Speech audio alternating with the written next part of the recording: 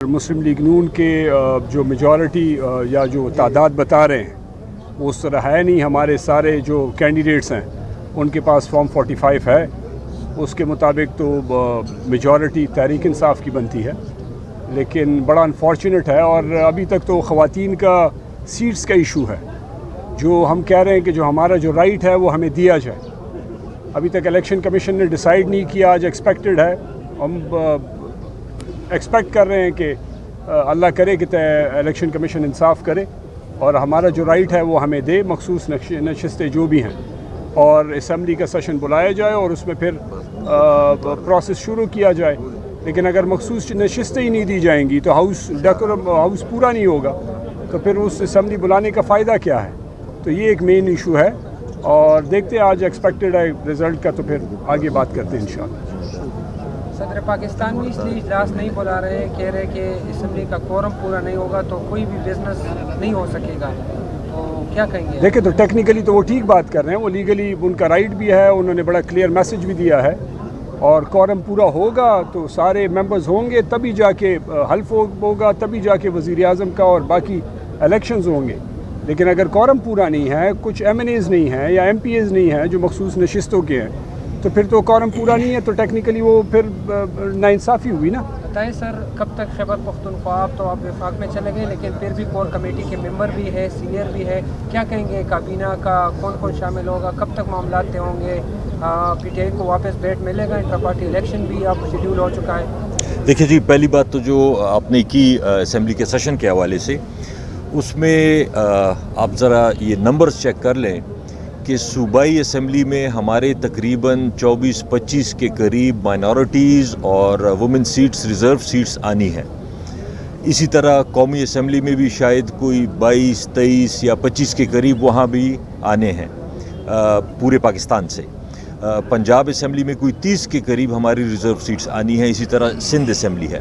یہ سارے اگر ٹوٹل ملا لیں تو یہ بہت بڑا نمبر بنتا ہے. اور یہ سارا جو ڈیپینڈ کرے گا, دیکھیں ابھی اگر ہمیں سیٹیں نہیں دیتے اور کسی اور پارٹی کو دے دیتے ہیں, الیکشن کمیشن, پریزیڈنٹ کا الیکشن ہونا ہے, پرائم منسٹر کا الیکشن ہونا ہے, اسپیکر کا الیکشن ہونا ہے, ڈپٹی اسپیکر کا الیکشن ہونا ہے, اور پھر آنے والے وقت میں اگلے مہینے سینٹ کا الیکشن بھی ہونا ہے. تو جس پارٹی کو اتنا زیادہ مینڈیٹ ملا ہے, اگر اس سے آپ اس کو ان کا حق ان کو نہیں دیتے اور ان کی بجائے کسی اور پارٹی کو دے دیتے ہیں, تو یہ تو بہت بڑا ظلم ہے.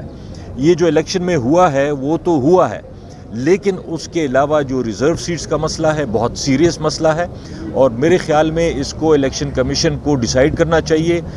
ہمیں جس طرح الیکشن کمیشن کا کردار رہا ہے, ہو سکتا ہے کہ یہ ہمیں یہ سیٹیں نہ دیں, لیکن ہم اس کے لیے جدوجہد کریں گے. ہم ہر فورم پہ جائیں گے, ہائی کورٹ بھی جائیں گے, سپریم کورٹ بھی جائیں گے, تاکہ یہ ہمیں یہ ریزرو سیٹس مل جائیں مائنورٹیز کی اور وومن کی. جس طرح میں نے بتایا, پھر ریپیٹ کرتا ہوں, بہت بڑی تعداد ہے. 25 یہاں پہ, 25 تقریباً نیشنل اسمبلی میں, پنجاب اسمبلی میں 30, اسی طرح سندھ اسمبلی میں. یہ سارے پریزیڈنٹ کے الیکشن پہ, سینٹ کے اسپیکر, ڈپٹی اسپیکر, اگلا جو سینٹ کا الیکشن آنا ہے, اس پہ اس کا بہت زیادہ انحصار ہوگا. تو یہ بہت بڑی زیادتی ہوگی اگر ہمیں یہ ہمارا حق نہ دیا جائے. شکریہ. کابینہ کا میں نے آپ سے جی, کابینہ کا اس طرح ہے کہ پہلی بات تو یہ ہے کہ میں اور شاہرام خان, عمر ایوب اور اسد کیسر صاحب, ہم لوگ سارے اسلام آباد ہائی کورٹ سے آرڈر لے کے گئے ہیں. اسلام آباد ہائی کورٹ نے آرڈر کیا ہے جیل انتظامیہ کو, اڈیالہ کو, کہ آپ ان کو ملنے دیں. اس کے باوجود بھی ہمیں نہیں ملنے دیا گیا. تو یہ عجیب سی بات ہے کہ اس وقت گورنمنٹ فارم ہو رہی ہے. ہم نے, ظاہری بات ہے, ہمارے لیڈر ہیں عمران خان, ہم نے ان سے صلاح مشورہ کرنا ہے, جس طرح آپ نے کہا کابینہ کا, باقی چیزوں کا. تو یہ اگر سیاسی لوگوں کو ان سے ملنے دیں گے تبھی سیاسی فیصلے ہوں گے اور تبھی یہ ملک آگے بڑھے گا. تو اگر سیاسی لوگوں کو ملنے ہی نہیں دیا جا رہا تو یہ تو سیاست آگے نہیں بڑھے گی. میری اس وقت عدلیہ سے بھی یہ ریکویسٹ ہے کہ جو وہ فیصلے کرتے ہیں اپنے فیصلوں پہ امپلیمنٹیشن بھی ضرور کروائیں. اگر اسلام آباد کے ہائی کورٹ کے فیصلے کو جیل سپرڈنٹ یا جیل انتظامیہ نہیں مان رہا تو یہ انشور کرنا چاہیے اسلام آباد ہائی کورٹ کو کہ ان کے آرڈرز پہ عمل ہو۔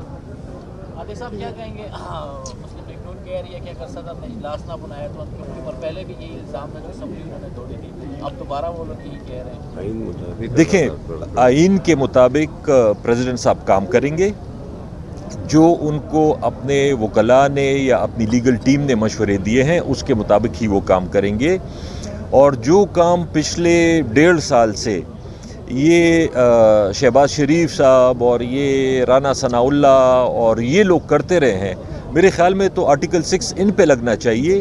جو انہوں نے اس ملک کے ساتھ کیا ہے، اس نظام کے ساتھ کیا ہے، عدلیہ کے ساتھ اور الیکشن کمیشن کے ساتھ، تو سب سے بڑا جرم تو انہوں نے کیا ہے۔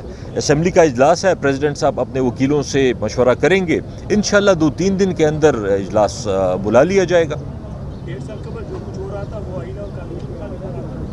دیکھیں، وہ تو آپ سب کو بھی پتہ ہے کہ تحریک انصاف کے ساتھ کیا ہوا، تحریک انصاف کے لیڈر کے ساتھ کیا ہوا، ہمارے ورکرز کے ساتھ کیا ہوا۔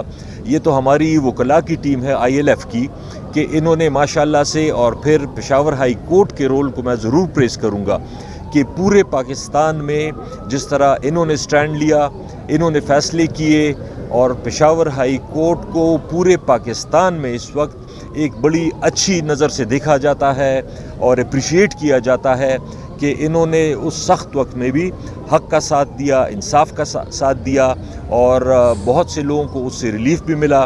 تو وہ تو پورے الیکشن سمبل ہم سے لے لیا گیا، اور کسی کو چارپائی، کسی کو جوتا، کسی کو کیا، اس کے باوجود بھی ہمیں مینڈیٹ ملا ہے۔ تو میرے خیال میں اب اس مینڈیٹ کا احترام کرنا چاہیے اور ملک کو آگے بڑھنا چاہیے۔ شکریہ۔ Thank you.